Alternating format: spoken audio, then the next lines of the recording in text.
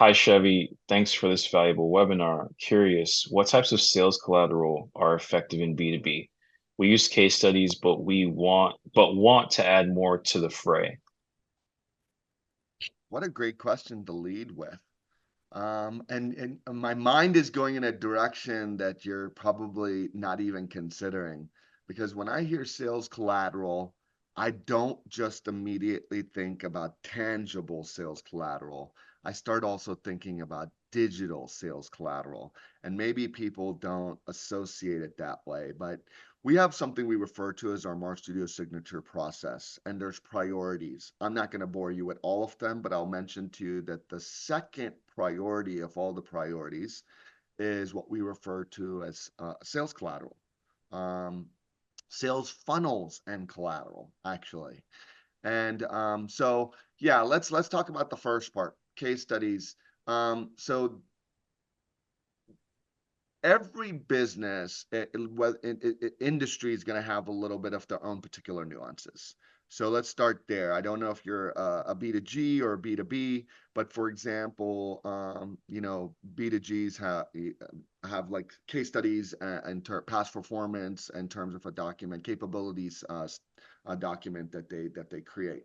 Uh, uh, so they're going to have certain documents that are nuanced to their particular industry. But at the end of the day, the purpose of sales collateral is to help convey the value proposition and the goals of that organization, right? So if you can, it's important to start with identifying who your target audience is. Where do they live? How are you going to engage them? And that'll help you initially determine the type of medium or channel. So, in terms of actually, I should say the type of medium. So, is it better to create a digital medium? Are you meeting your clients on Zoom, or are you meeting your clients in person? Right? Are you gonna have a leave behind to give them, or are you going to, forward something in an email? So the good thing is if you do this process in the right way, which is to identify your audience, understand their needs, and then create a message that resonates with them, then you'll be able to create specific collateral for their purposes, right? Um, I think it's always important in creating that message to create something that ultimately will be universally applied. Oftentimes, when people want to create collateral, they first start at the end of the spectrum, right? What collateral do we want? Are we going to send them postcards? Are we going to do a bifold? Are we going to, have a landing page, right? And then they go and create the content for that specific piece of collateral. I think that's duplicitous and not necessary, and also the wrong approach. You're approaching it from the solution again, as opposed to approaching it from the need. If you start with the need and the audience and you create a message, right, it's going to allow a clear message. Then it's going to allow you to translate that message across multiple collateral, across multiple assets. And then the assets simply become the medium or the mechanism or the channel to communicate that asset to your end audience. So I think, again, it comes down to the due diligence of understanding who your target audience is, how you intend to reach them so that you can create the collateral. Are you going to be sending or attaching the collateral on LinkedIn as opposed to are you sending it in an email?